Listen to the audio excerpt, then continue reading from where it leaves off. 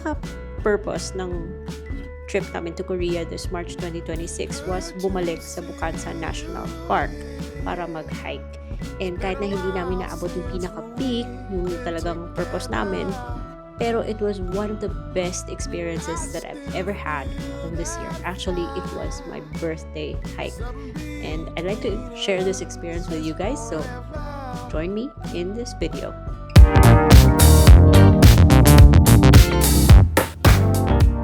Well, the hike happened on day 3. So, day 2 naman sa Korea, it was just an easy day around the city. So, nag-run kami in the morning, mga around 9 km. Kasi yung ruta namin, pumunta kami ng Sun Tower.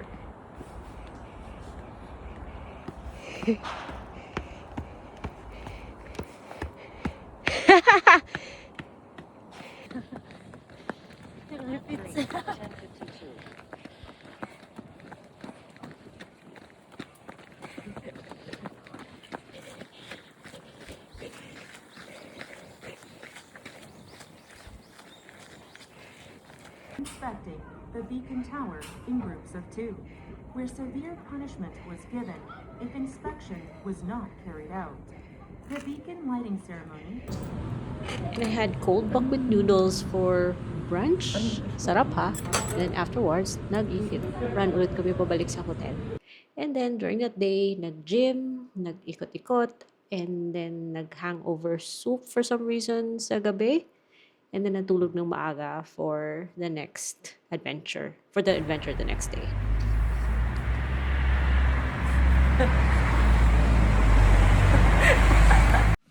Paanda lang sa pang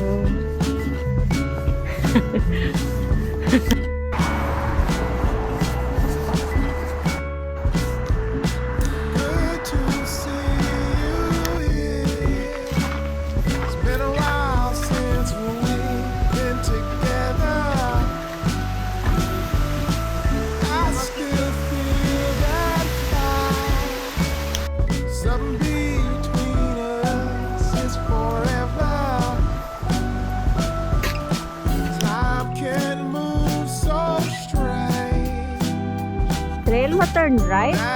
So wala nape. Di mo iwo ka dalan mo, talangon mo ka. Akat na dala no.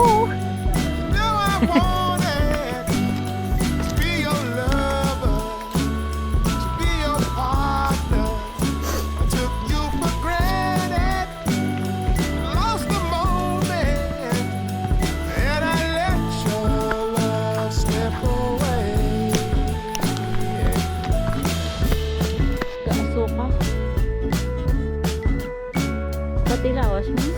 Tell me about your day. I wanna know everything I've been missing. Wow. Always hoped I'll pay.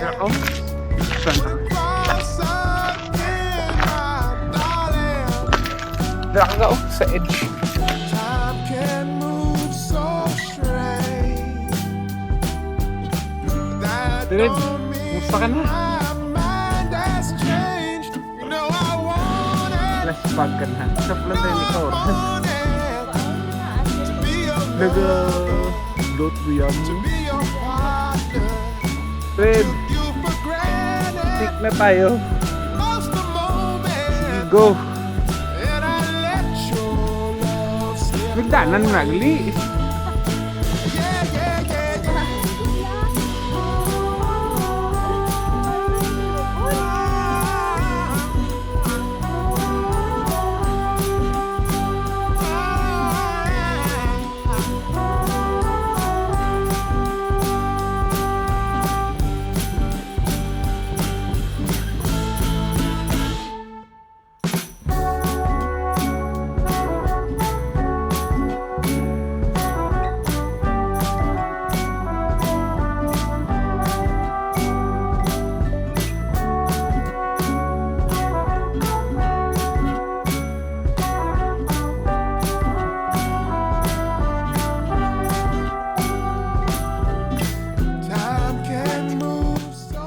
Sudan.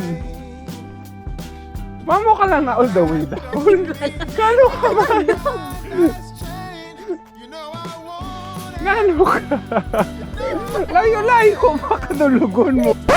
So, andito tayo dahil hindi naman ako makatulog. Medyo overstimulated yung brain ko. So, since late post naman yung yung Bukhansan hike namin, we did that for my birthday. It was the best experience ever this year. I just wanted to let you know, guys, that we were supposed to do a 10 km na hike. It was cut short dahil tail end or patapos na yung winter at papasok na yung spring at that time. Nagme-melt na yung ice sa taas.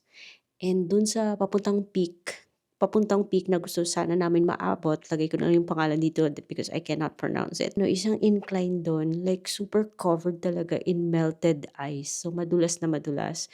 And we were not properly equipped for it. So dapat kasi merong mga snow cleats na ikakabit sa aming hiking boots, pero hindi kami nakapag-rent. So bumaba na lang kami and we ended up na yung hike namin naging 7.62 km. Pero the total elevation gain was 588 meters. Yun yung inakyat namin. At buti na lang, guys, by the time na dumating kami sa baba, dun sa main entrance ng Bukhansan National Park, meron dong mga coffee shops, meron dong restaurants. So, again, I had cold buckwheat noodles, yung maanghang. It's weird because, di ba, malamig.